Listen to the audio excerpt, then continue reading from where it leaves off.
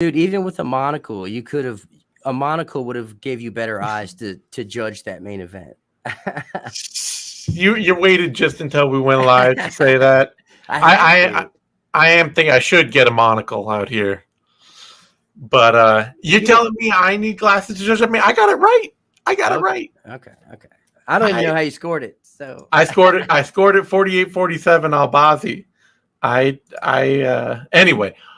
Hey everybody. This is the MMA, the 6th round post-fight show, the MMA whatever. 6th round post-fight show with me, Zane Simon, and my co-host, as always, Eddie Mercado. We're coming to y'all just from the closing moments of UFC Fight Night, Cara France versus Albazi, UFC Vegas 74, going down at the Apex facility in Las Vegas, Nevada, where Amir Albazi beat Cara France.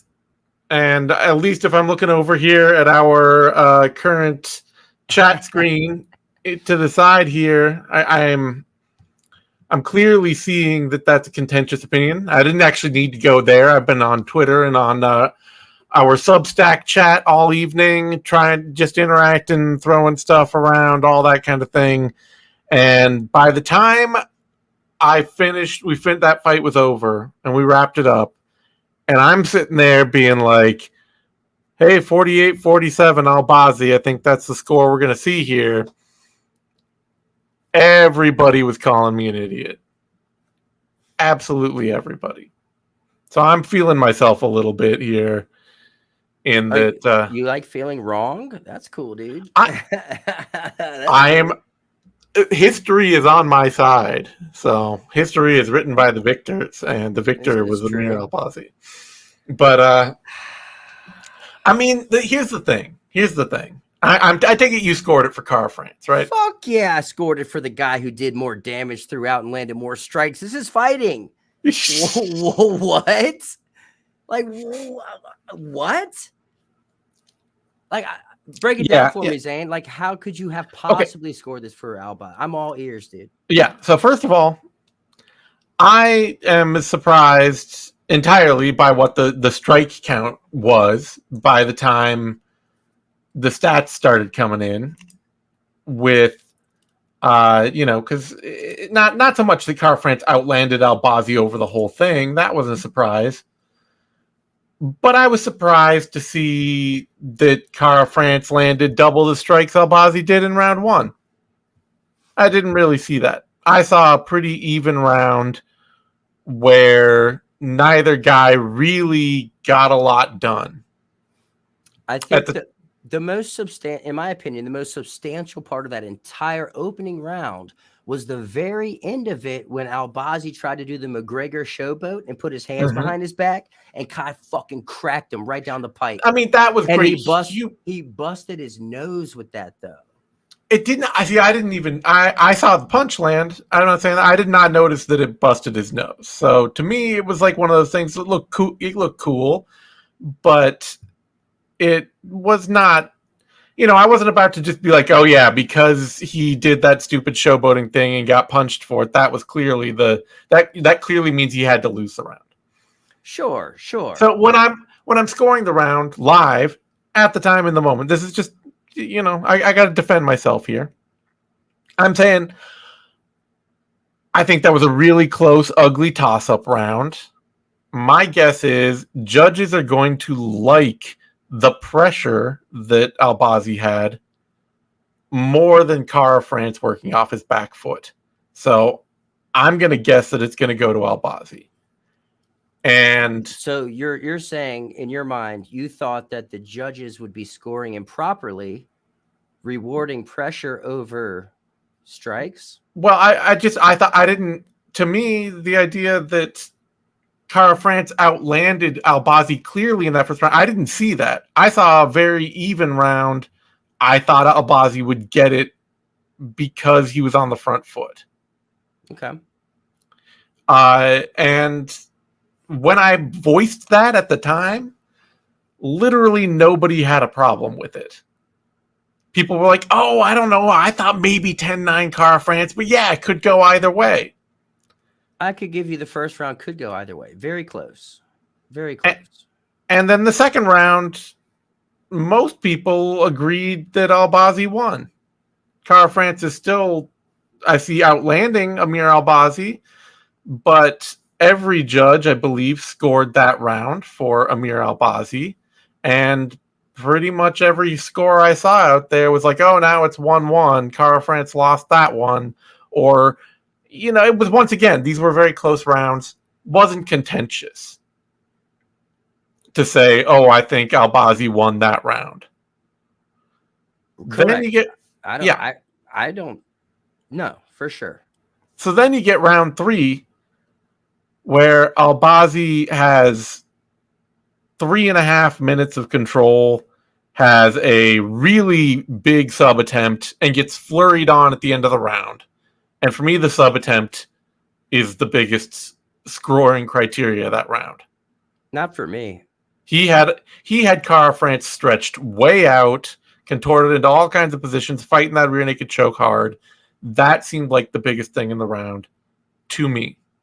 I would much rather have been in that rear naked choke than eating those elbows at the end of the round. Again, damage. Yeah, like damage. You have one rear naked check, rear naked attempt. The whole fucking time you have the back. One. And dude gets on top of you at the end and smashes you with elbows, you lose the round. And I would say that if you're scoring on who came closer to the fight, what more of the fight was grappling than striking, and in the grappling area, who came closer to finishing the fight, who did better in that grappling in that round. No, the strikes came from grappling. It was ground and pound. That's grappling. But it was not closer to finishing the fight than the rear naked choke was. That's debatable. It's debatable, but if I'm defending my position here, it's not more damage. It's not more damage, but I would say if I'm trying to debate if I'm looking at the criteria of like how I would score the grappling there, I would score the fight or that round of the fight on the grappling for the move in the grappling that came closest to ending the fight, which I would say is the rear naked choke. So I would go for the damage in the grappling realm. Yeah, which is the elbows. So I can see either. I can see either close round. So that criteria had me giving the first 3 rounds to Albazi, and I didn't do it as like I think that Albazi is clearly winning any of these rounds. I thought he could have lost any of them. Yeah, but I gave Kai the second round. I thought he had the volume. And so you are here scoring every round for Kai Kara-France all the way through. But those first 3 rounds were brutally close. Especially the first and the second. Yeah. 100%. And, so I wanted, like that was just where I was coming from. I was just like, I think that the grappling here is going to be, I think the fight here, the judges are going to reward Albazi for those first 3 rounds. So if I'm looking at it like that, then I had it 49 or 48, 47 Albazi, and Kara-France clearly won the last 2. Some judge gave Amir Albazi round 4. Now that is the worst thing here about that was D'Amato, wasn't it? Yeah, I think it might have been. That's criminal, dude. Like that's oh man, I don't understand, man.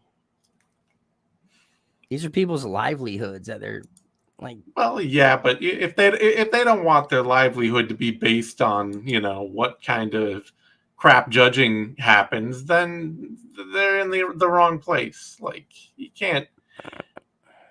they can't just come in after the fact and be like, yeah, sure, I handed my career to your subjective opinion, but now that your subjective opinion was slightly wrong, point being, you ruined my life. That's bad judging, right? Like that's bad judging. I don't think I'm not saying it's on the fighters. The round 4 is bad judging. Okay, I'll give you that. Yeah, it's criminal. Like that's it's Chris Lee apparently.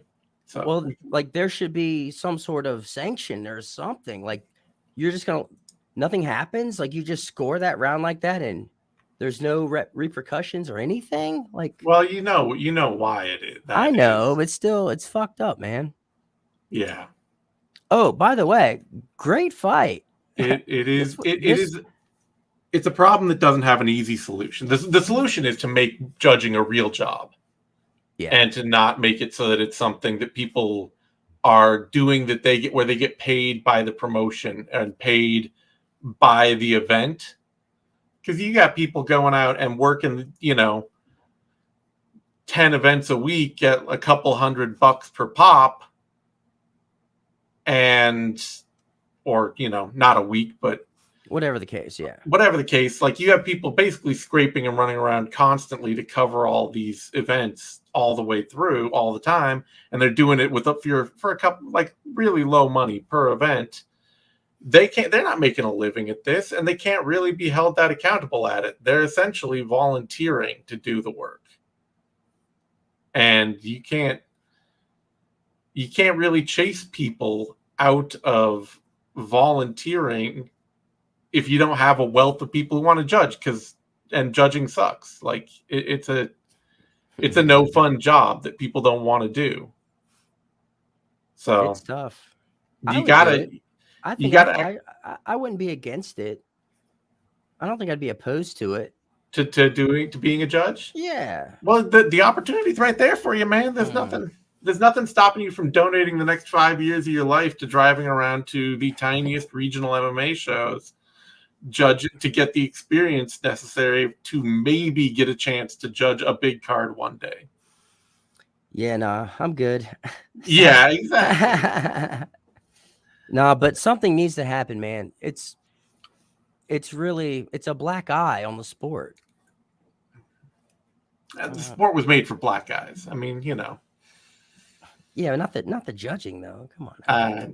It gets combat sport. At least it's not as bad as boxing, where like you see a boxing event and every time you're just like, oh wow, that fighter clearly won, but will they get this fight, or will they get the cards because it's in the other guy's hometown, or the other guy was a clear favorite? So are 2 or 3 of the judges just going to clearly say, oh, the favorite was doing the better work? Right. That we don't see that in MMA. I think there's an argument here for Albazi.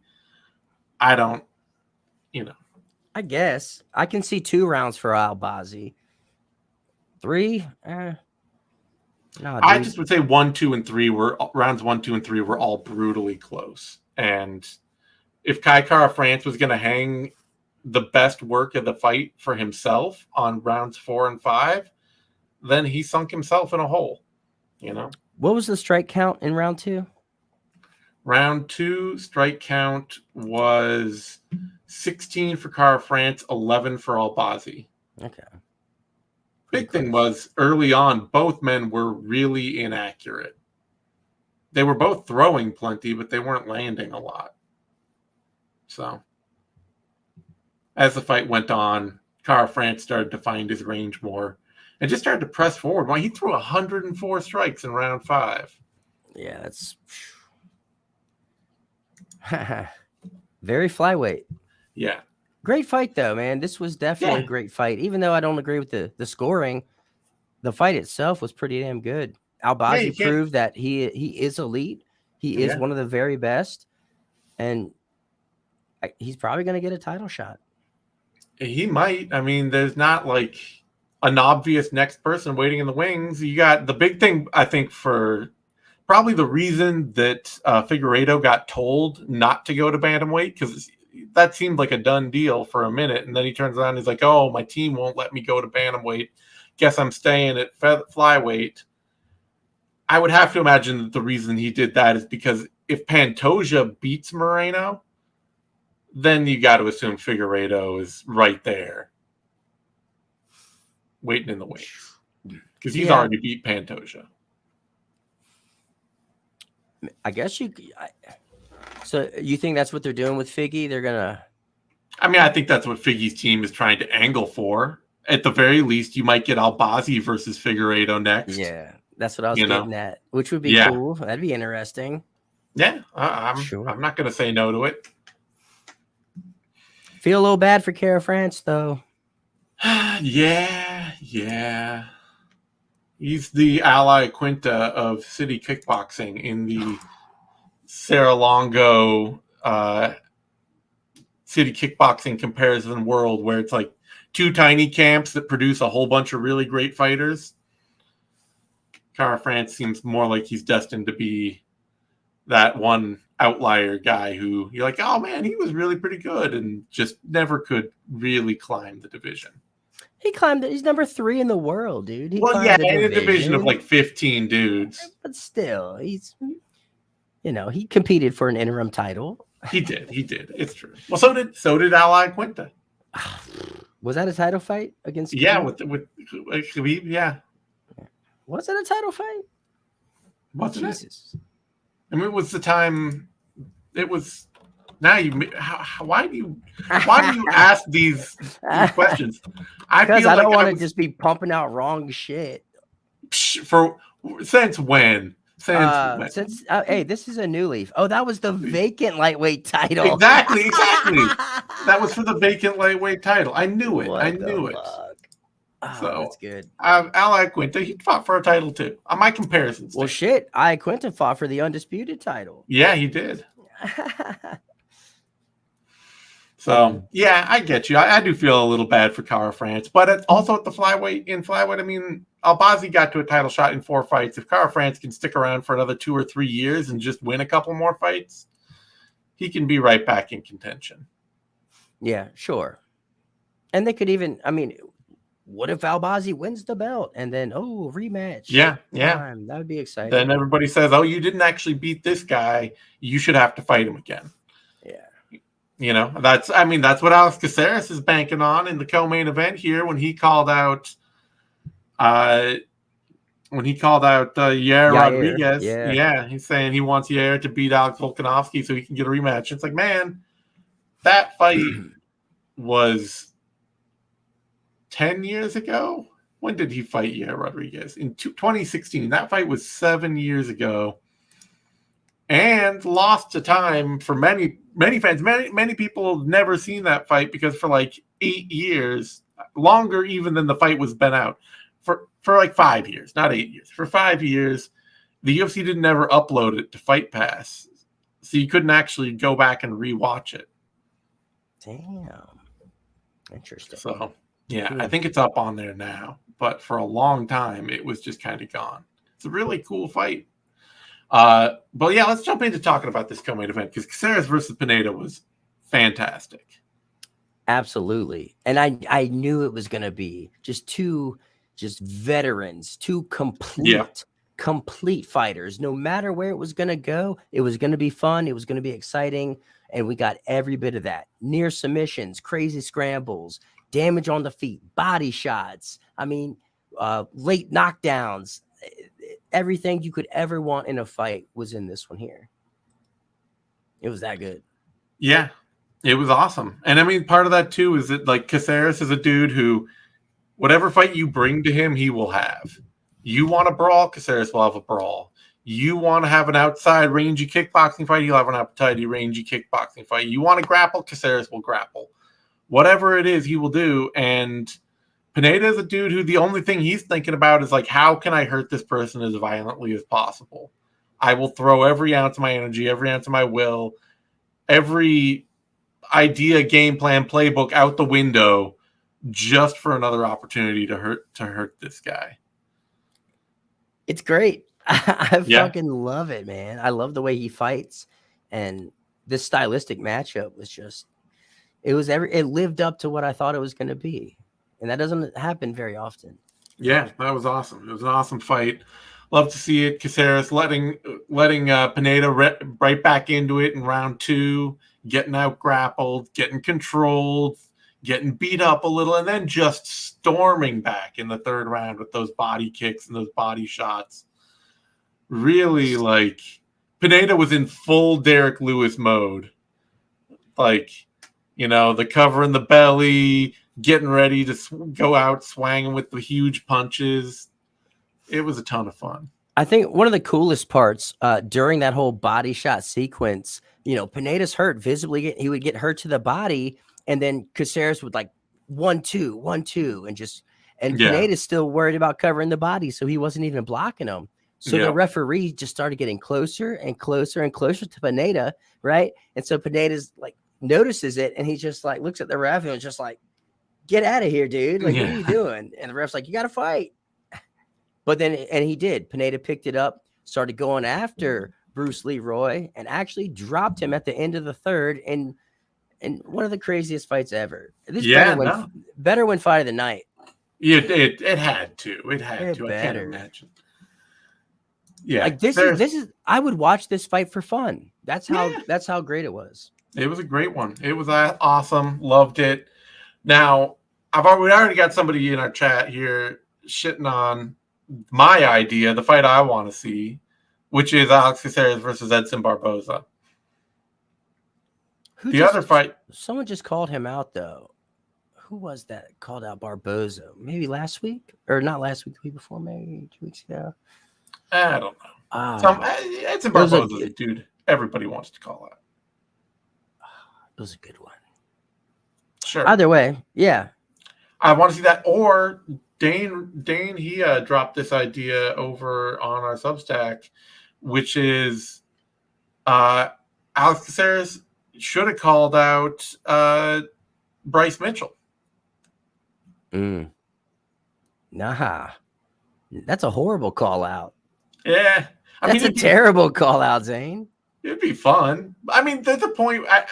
I get that there's a point where Caceres is just calling out fights that he's probably going to lose, but he's a ranked featherweight. If he's going to fight anyone up in that division, I don't know that there's one fight in the top 15 at featherweight that I would pick Caceres to win, and the only fights he wants are fighters ranked above him.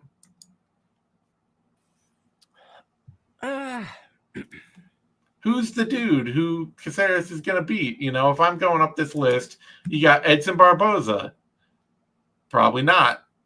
Dan Ige. No. Sadiq Youssef already lost that fight. Bryce Mitchell going to strangle him. Movsar Evloev would absolutely wrestle the hell out of him.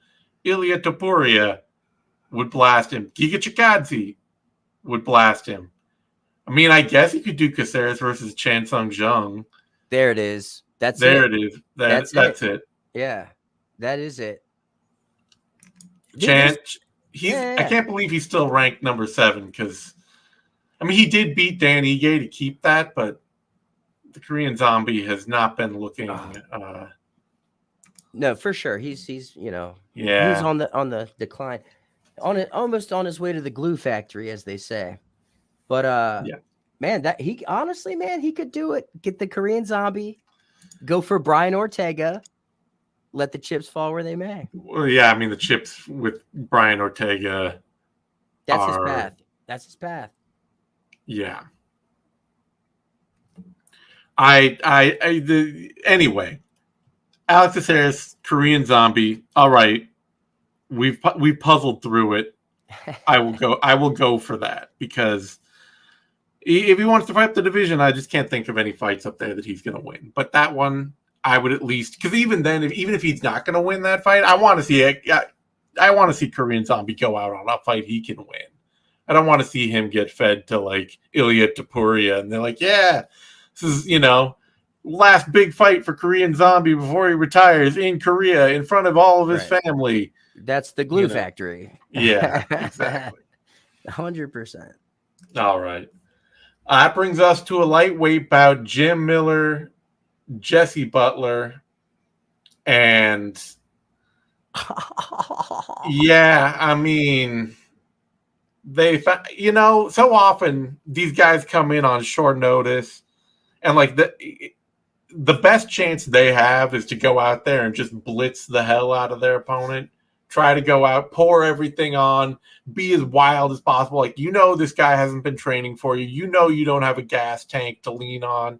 You've got 2 or 3 days worth of training. Just go out there and go nuts and try to make something happen. And Miller was the one who instead was just like, screw it. You're not ready for me.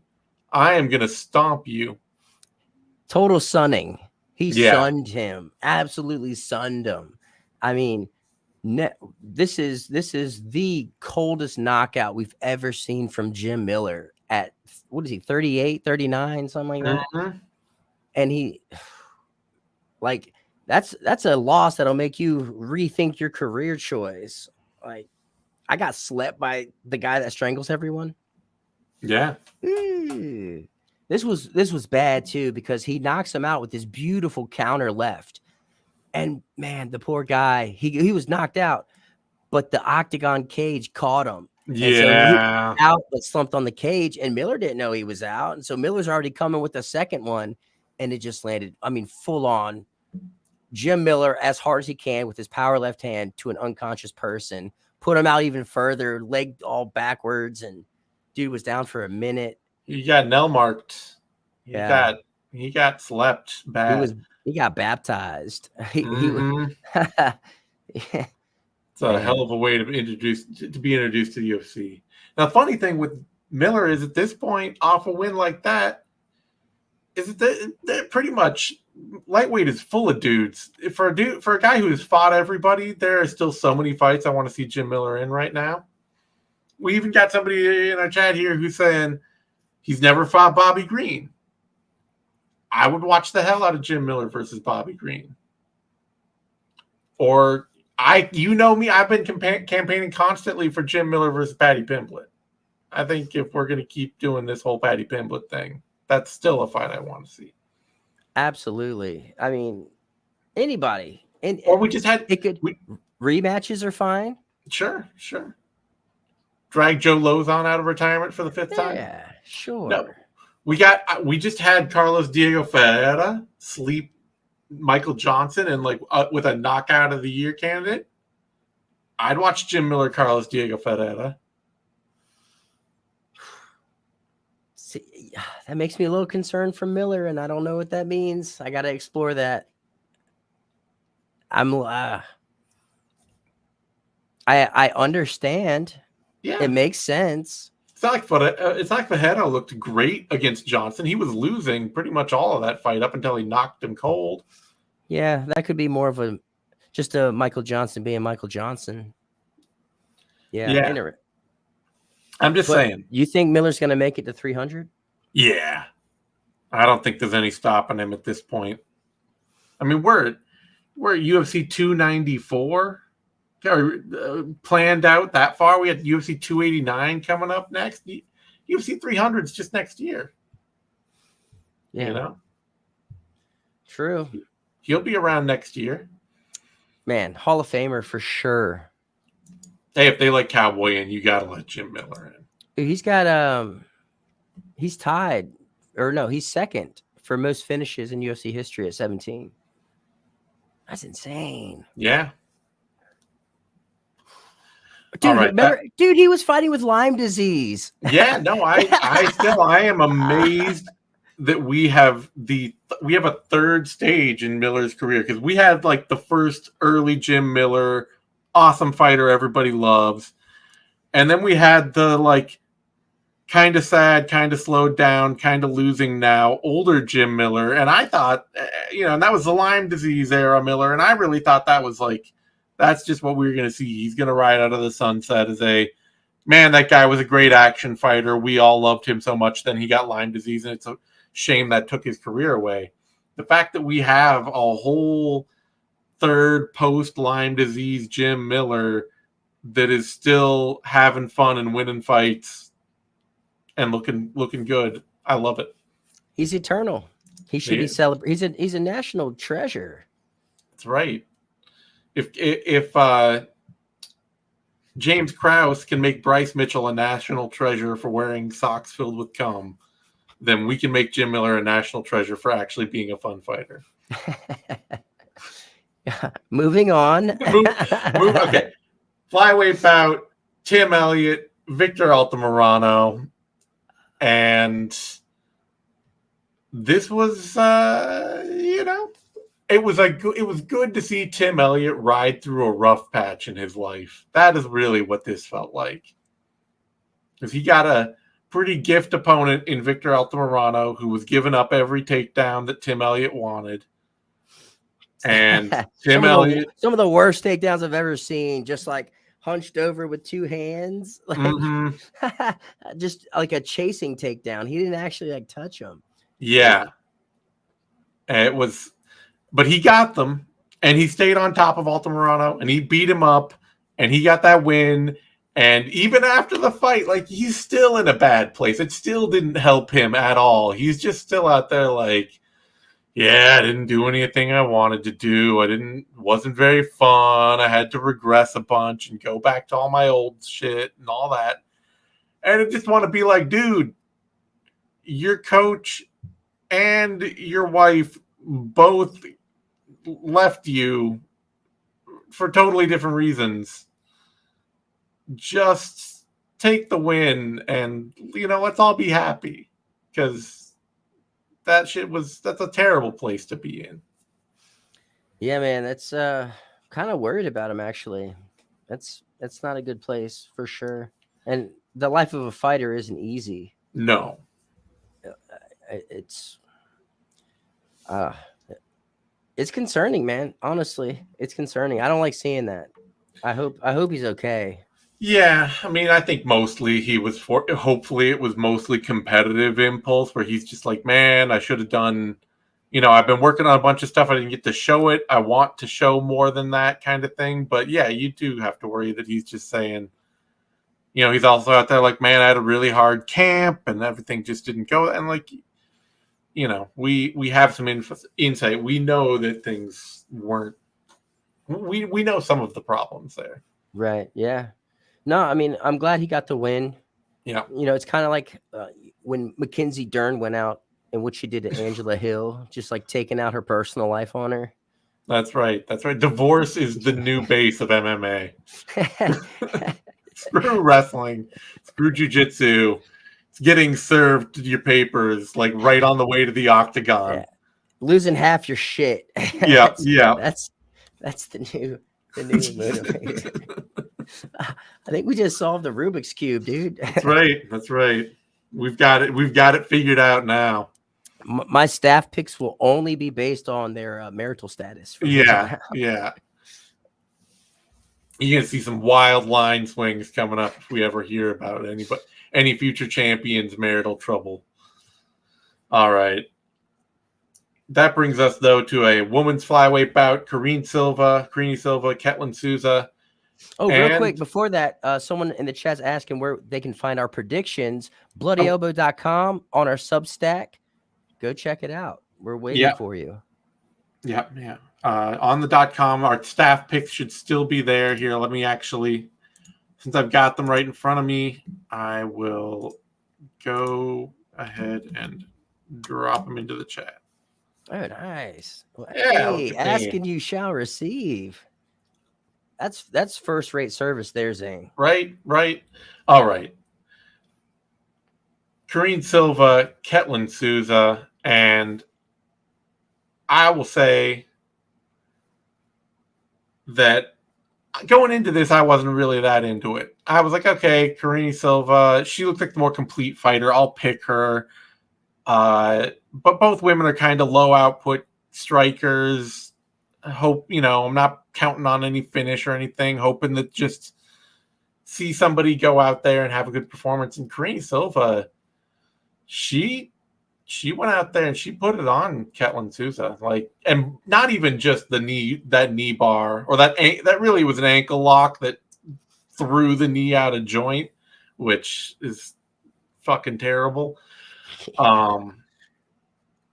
But even before that, she went out there and she's like doubling and tripling up on her on her jab. She's throwing kicks. She's pressuring hard, getting right in on that takedown right away. And it's just like, for somebody like her who is in her late 20s, she's been doing MMA for like 6 or 7 years. As somebody else noted in our chat, she looked a weight class bigger. She is a weight class bigger. Ketlin Souza is probably a natural straw weight and just hasn't had to reckon with that since going to Invicta and fighting in the flyweight division.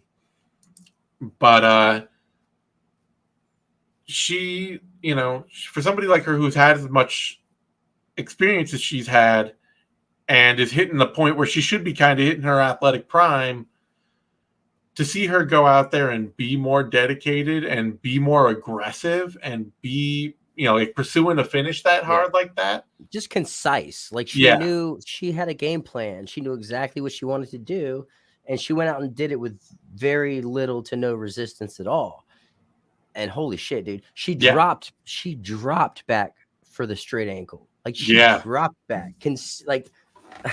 like a Surrogan Francis Ngannou style. But like it paid off, man. Yeah, there's a big difference in dropping for the ankle on Ketlin Souza and dropping for the ankle on Francis Ngannou. All that torque, the torque she put into that. Oh my God. Oh yeah. No. That was an instant explosion of the knee. That was one of those things where Ketlin Souza should have been tapping right away, but you can't even really blame her because it only took like 2 seconds for the knee to just explode.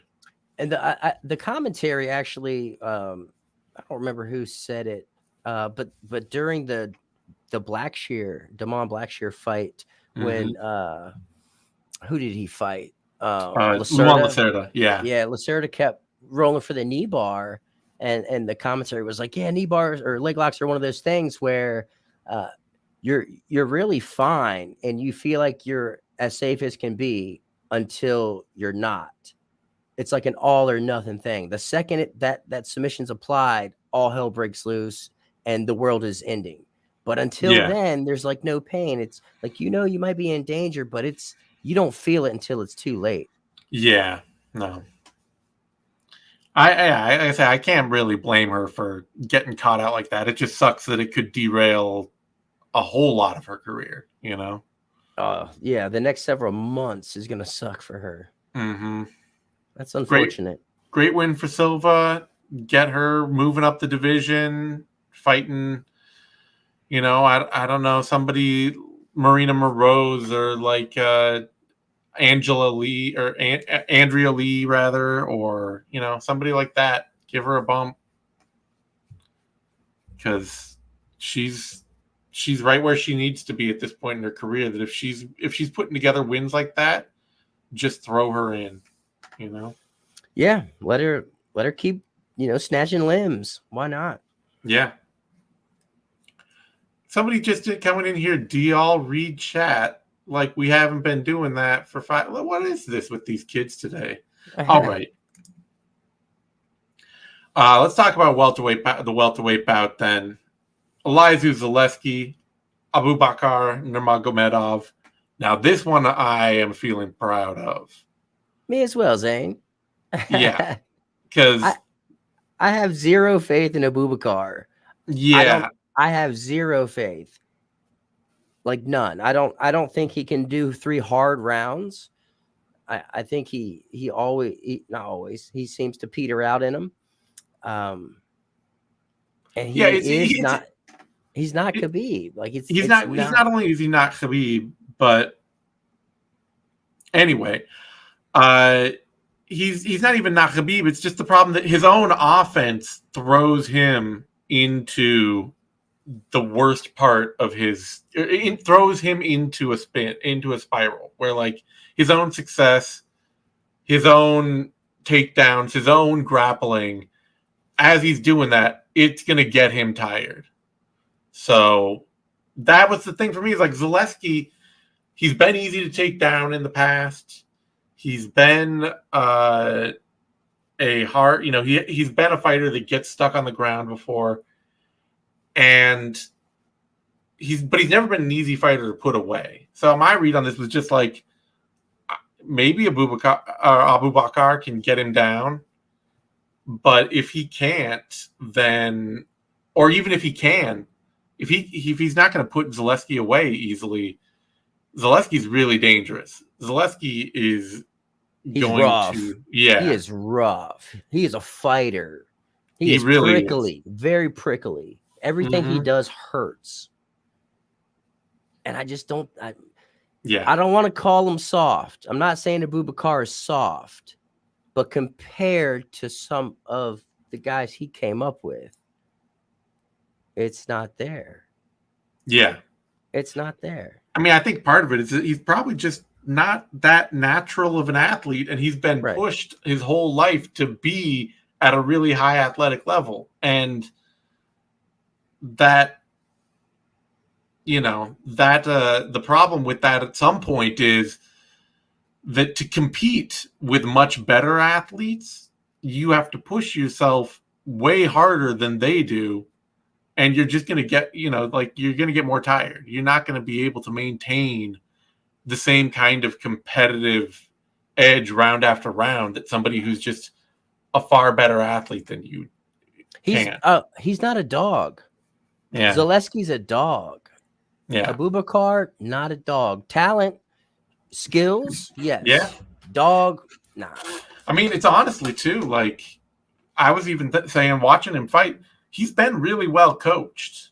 Well, yeah. Abubakar. Like, yeah, exactly. Probably one of the best coaches of all time. He's got really solid basics. Like, he's a Sambo wrestling guy. He's not going to be the total most natural food striker out there, but he's put together like a really basic fundamental. I throw a jab. I throw a lot of front kicks and body kicks and things like that. I keep space between myself and my opponent so I can set up the things I want to do. He's got a good, reliable striking game he can fall back on. It's just the transition between those strikes and the wrestling is really difficult because the dynamics and the power aren't there. Yeah, especially in the clinch separations. He's still thinking grappling and he's eating knees. Yeah, this was a bad matchup for him. Yeah, really bad matchup. Couple suggestions coming out of the chat. We got Zaleski versus Ponzi and Zaleski versus Holland next. And I personally wish that Gunnar Nelson wasn't in like semi-retirement, because I want to see Zaleski versus Nelson. But I would also, I'm not going to say no to Zaleski versus Holland or Ponzi. I also, the other first thing that popped into my mind would be Zaleski versus Buckley. Ooh, okay. Right? I think he's trying to fight Brian Battle right now. I saw them FaceTime each other the other day. No, I don't give a shit about that. I know. They both are coming off of great knockouts, but yeah. Yeah, but Brian Battle he's been proving more than I thought he would. I can't be down on him. He's not looking bad, but I have yet to actually technically care about Brian Battle, really. And yeah, I want to see Zaleski fight Joaquin Buckley. That's much more of a alpha dog versus alpha dog kind of matchup. I get it. It would be fun as hell. Like all the capoeira stuff and all the stuff Buckley likes to do. Like it would just be, they both fight in that same sort of like, let me start a mile away from you and then fling myself into you at a car crash with the wildest selecta strike I can think of. What was crazy is Zaleski got rocked by Abubakar at the beginning of the match. Yeah. And I swear, I'm almost positive that was due to the layoff, because Zaleski's been out for so long, and fight speed is so different than anything else. So I think he just wasn't quite ready for the speed of a live fight, and it kind of caught him off guard. But after that, man, I thought he ran shop, and I can't even believe this was a split decision. That's criminal too. Yeah. Criminal, dude. How the fuck was this a split decision? Let me see. I'm trying to remember how. Like, I don't want to just be the guy out here who justifies every weird scorecard in the book. I know that's kind of what I've fallen into in life. But I guess Abubakar did have a whole bunch of control in round 2, but that really shouldn't have counted for much. Yeah, not at all. So, I'm glad that 2 judges out of 3 got it right. Who got it wrong? Who was the judge that got it wrong? I don't know. I'm not. I don't know if you got the scorecards. It's not that important. I don't care. You do care. Don't lie. I don't care. I wonder if it was the same guy, Chris Lee, from the main event. Let's see. I got it in front of me now. Cleary had it. Okay. Had it the other way. And it was Actually, it was Mr. Magoo. Yeah. Okay. It was Mr. Magoo. He was the That's right. he was the judge. Shout out Nick Rodriguez. With your 60s Hanna-Barbera references coming in here. He knows how old we are. All right. That brings us to a bantamweight bout down on the prelims here. Daniel Santos, Johnny Munoz Jr. And I was making a lot of, like, my call on this whole thing was like, man, Johnny Munoz Jr. has a nice jab and nothing else to his game coming into this. Turns out he has a really terribly planned out guard game too that I didn't know about, because it was cool for like 30 seconds or a minute in round one, and then it got him wrecked all the rest of the way. I think the second round could have been a 10-8. Yeah, I wouldn't have argued with that. He got the shit beat out of him. He maybe landed 3 strikes, maybe from his back, but he got man. Stats say that he landed 6 strikes to 29 in round 2, Jesus, while giving up 4 minutes of control as well. Yeah. I mean, I'm always a fan of giving those kinds of rounds 10-8s. I don't think somebody should have to get almost finished to get a 10-8 round. It should just be any clear dominance, like landslide of dominance. Yeah. So either way, pretty good fight for Santos. He went a little mental when he got the point taken from him in round 3 and just started charging at Munoz, but it didn't end up costing him anything. And yeah, Munoz, like, he really has cobbled together one of the Herb took a point for dick kicks. There were like 10 of them, and Munoz, to the point, it was the last one hit the inner thigh and slid up to the dick. Yeah. But the thing to remember is points are taken not necessarily for the intentionality of the foul, although that can be a criteria, but for the impact the foul had on the fight, at which point Munoz was dry heaving on the mat. So they brought in the bucket. They had to bring in the bucket. It was a Chris Tucher kind of thing. Yeah.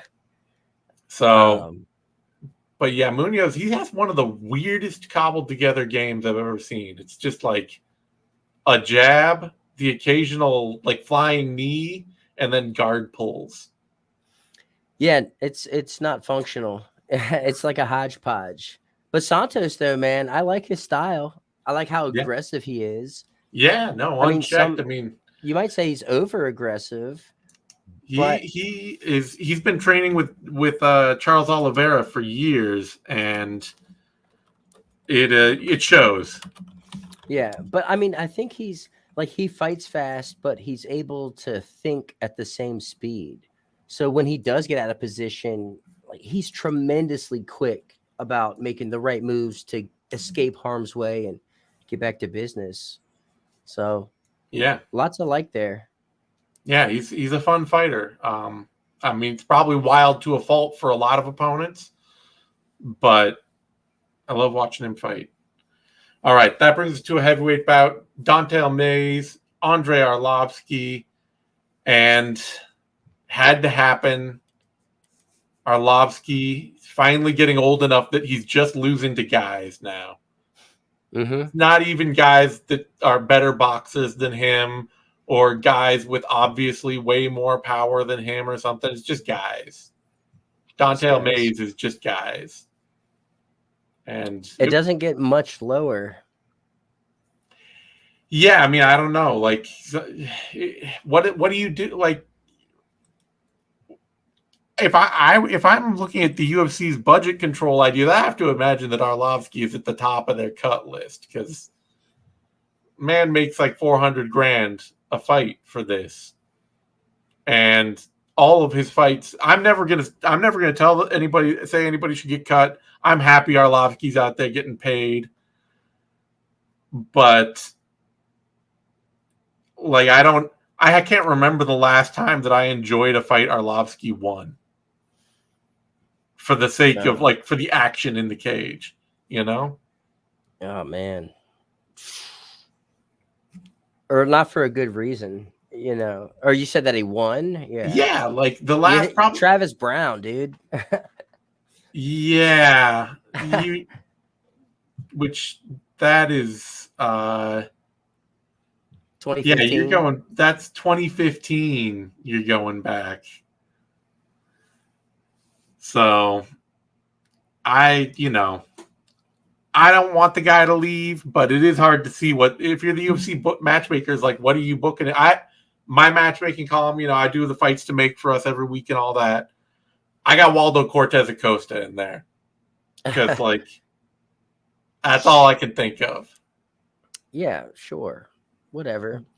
Yeah. Just anyways, this fight's super depressing, but I'll tell you a little funny story to make it real quick. So I'm at Karate Combat's event, right? Last month, and I'm sitting pit side, right? And one of the Karate Combat guys, Mac Malley, he's doing their social media. He's filming whatever. They had that little brawl breakout, right? So he's filming the brawl, and Arlovsky is pit side, standing there right next to him. So he films the brawl and pans over just a little bit to catch Arlovsky's reaction. Arlovsky smacks the phone out of his hand. It falls into the pit. The referee does this Spider-Man jump over it and picks it up. And it's like an MMA weird dream. It's like, this is real. It was the craziest thing I've ever seen. It's out there somewhere. If you go find the clip, it's nuts. It's like it's like karate and there's a brawl, and now Arlovsky's here. I remember seeing the brawl. I missed Andrei Arlovsky smacking the phone though. Yeah. It's madness.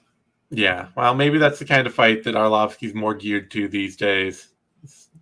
Smacking media members around. All right. That brings us to a bantamweight bout. Oh, yeah. Somebody's asking, though, were you in the seats when it happened? Yes, I was. But I was not harmed in the making of the video. All right. Bantamweight bout next. John Castaneda, Muin Gafarov.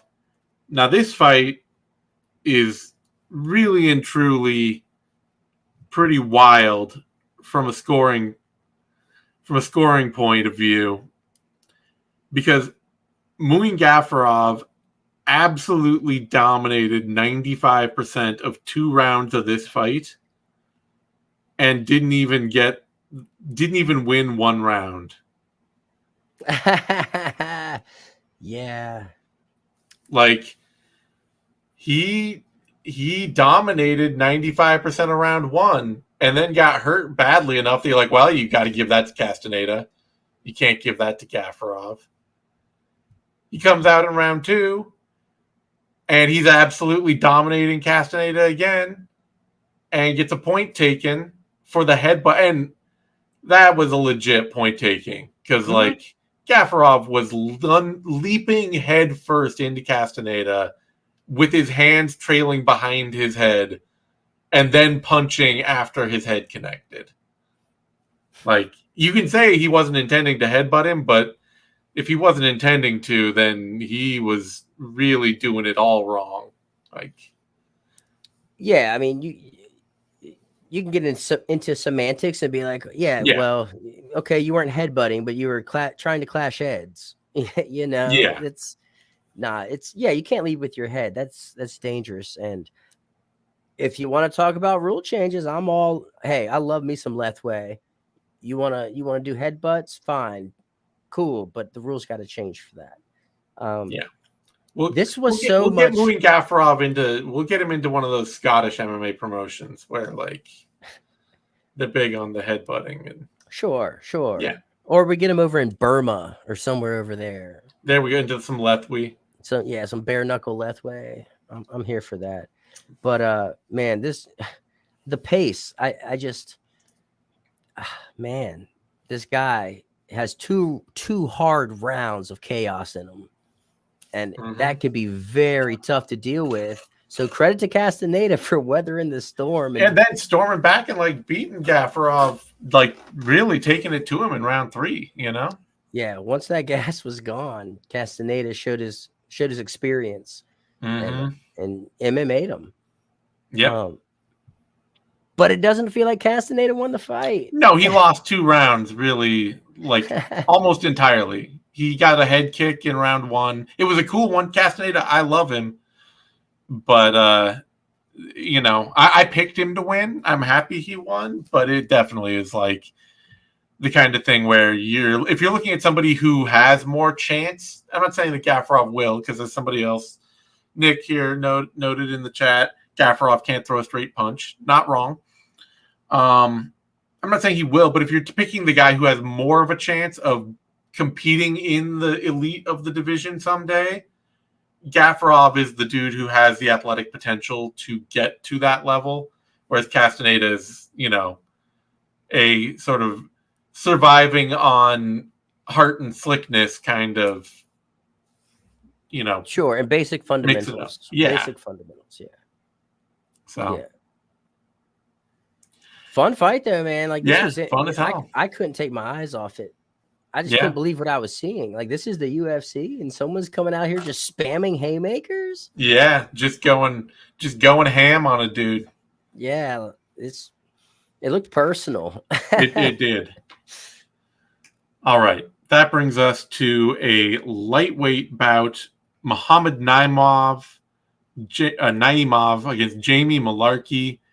And man, Malarkey, he looked like he had this fight in complete control for 7 minutes and 50 seconds.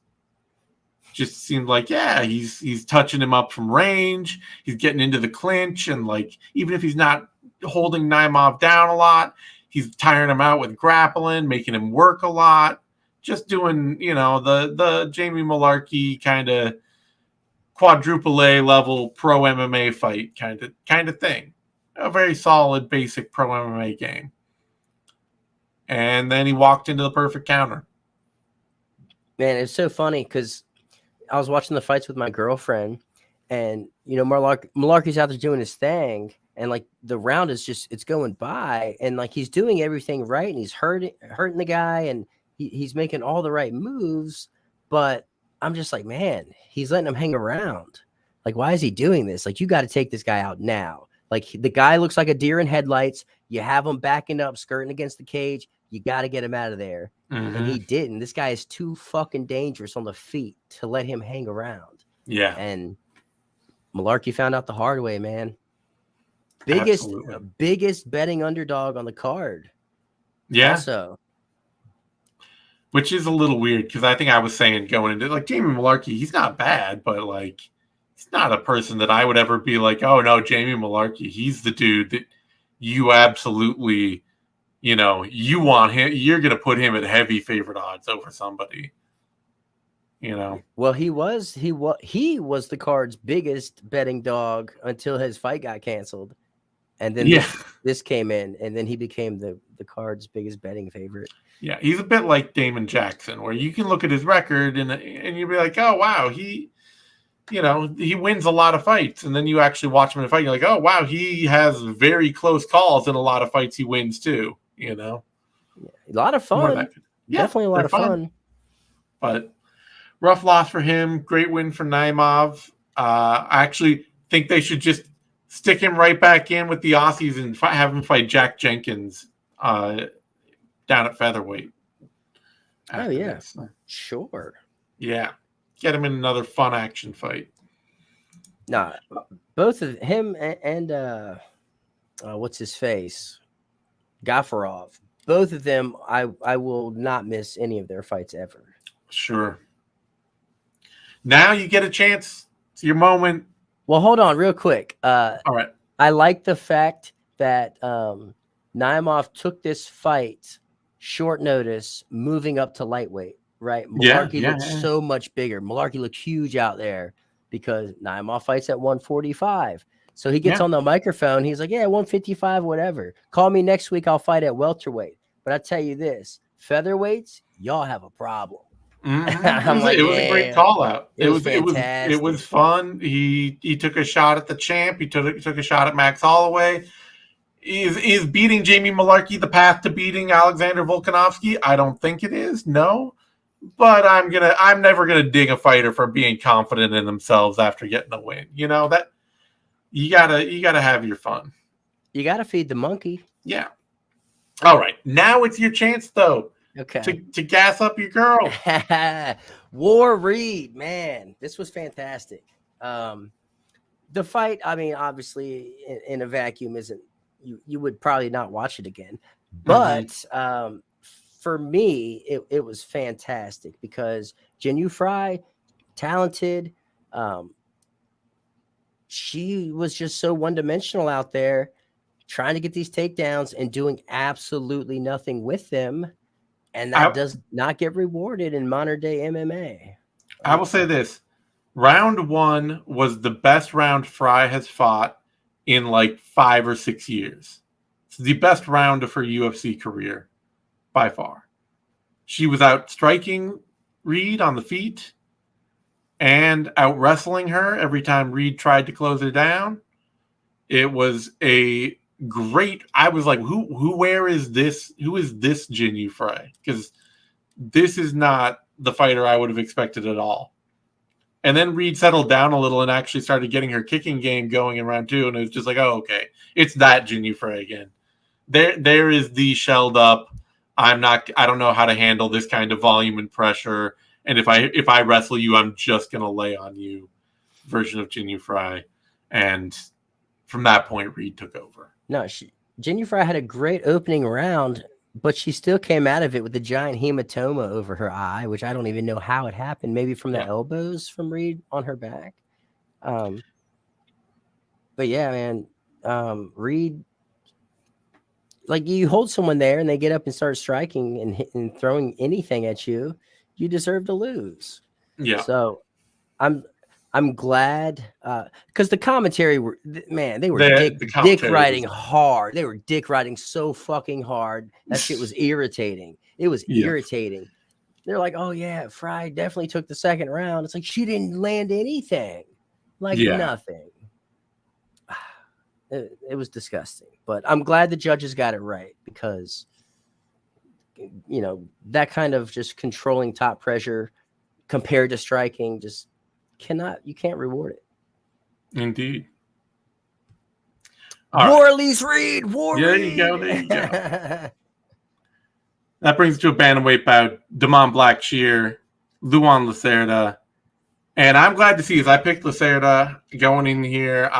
But my thing was just like, man, I actually really like Damon Blackshear, the way he fights, but I just have never seen him turn it up and like make something happen out of that at this level. His last couple fights in UFC, he has really fun scrambles. He had a good draw against Yusuf Zalal, and then he came out and looked pretty flat against Farid Basharat. And it's just like, man, I think Luan Lacerda is pretty good. I don't know what Blackshear's necessarily going to do there. And Blackshear came out and he looked like he was keyed in. He looked like he was absolutely ready to go, knew he had to turn it up and do something bigger than he'd done before. And he came out with a lot of volume. He came out with a lot of wrestling. He came out with firing on all cylinders. And he made Luan Lacerda pay badly for hanging onto a leg lock when he could not turn it into an immediate submission and didn't have any interest in turning it into a sweep. Like if you jump on a leg like that and you're not close to getting into a knee bar or getting into a heel hook, you got to turn that into control. Like you can't ride the leg like that. You can. Well, but it's really there's a big cost. I mean, look what happened to Gary Tonin over in 1, right? He's one of the best grapplers ever, and he totally got shit kicked diving on a leg. And that's MMA. That's the beauty of it. Sometimes it works and sometimes it doesn't. We saw that nasty leg lock earlier. You know what I mean? That worked out great. Cool. You're a hero and a genius. You drop back for it too. Had that not worked out, people were like, oh, that was stupid. Why would you ever do that? But I think Lacerda petered out from that first bar attempt that was really close. Yeah. He emptied his gas tank trying to get that thing, and it was close, but he really had to use all of his all of his reserves. Like you saw him back on the feet after that, and he looked he was labored. tired. His form was keeping him alive for a while after that because Blackshear is just a lot more unstructured and wild on the feet, but he was definitely gassed. It's just, I mean, the difference, with the Karine Silva leg lock is, she drops for it, she goes for it, she's in the submission position. Like you're right there, you're on it. You got to the successful spot where you should be keeping this. Yeah. But Lucerda didn't get to that spot. He got halfway there and just got stuck. And that's the point where it's like, you can't just be sitting here on this waiting to see if you can work it into something else. And like his submission attempts were essentially defenses for the wrestling of the moment. Yeah. That was his answer. Instead of, like you said, sweeping or even trying to get back to his feet, he would roll for the legs, which, hey, is great if it works. But this is what happens when keeping it real goes wrong. Yeah, I'm surprised. I liked Luan Lacerda's game coming into the UFC, but it's been a couple of hard fights for him going in. So, somebody else suggesting that Lacerda won't be in the UFC this time next year. I could see it. Definitely not a good 2-fight start to his UFC career. I mean, and like the Cody Stamann fight, that was a good close fight, and Stamann's a hard dude to beat. So I didn't credit him for losing that, but Blackshear was a big step back, and he took a much worse loss. All right, that brings us to a light heavyweight bout: Felipe Lins, Maxim Grishin, and this fight sucked, so I kind of don't want to talk about it. No, it's not great. Credit to Felipe Lins for just throwing bombs. I'm glad he does that. Then he tied it up and slowed it down, and then it got ugly. And that's what it was frustrating me. He was having so much success with his haymakers, but would just use that for these wrestling entries that meant nothing. And his corner kept telling him to shoot and to try to get takedowns, and it's clear he couldn't out wrestle Grishin, and so you're just like, why am I watching this? Well, that's why it's opening the show. Yeah, and to credit to Mick Maynard, he knows how to book a prelim opener, right? Yeah, man. What's his deal? What's his beef? I don't know. Anyway. Yes, we do. We do know, Zane. We do know. I'm just gonna say I don't know. I don't need to bring it up. But anyway, back to the top. Amir Albazi, Kai Kara France, and is it a robbery? In my heart. In your heart? Yeah, dude. 2 rounds were close. Were close enough to be swing rounds, in my opinion. But that's not. I don't know, dude. Albazi got outstruck. He got outstruck. I will say that it was just. I will say 3 rounds were close and ugly, and leave it at that. I can see. I was not surprised Albazi won that fight, is what I'll say. But on that note, we're going to call it. For those of you that we'll have some bonus content. For those of you subscribed to our Substack, we will have some bonus content over on a Substack show that we're going to jump over and record, and that'll be released later. So check that out. And in the meantime, you can find me on Twitter at Zane Simon. You can find Eddie on Twitter at Eddie Mercado. You can find both of us over at BloodyElbow.com. And we'll see you all next week for UFC 289. Thanks for tuning in. Adios.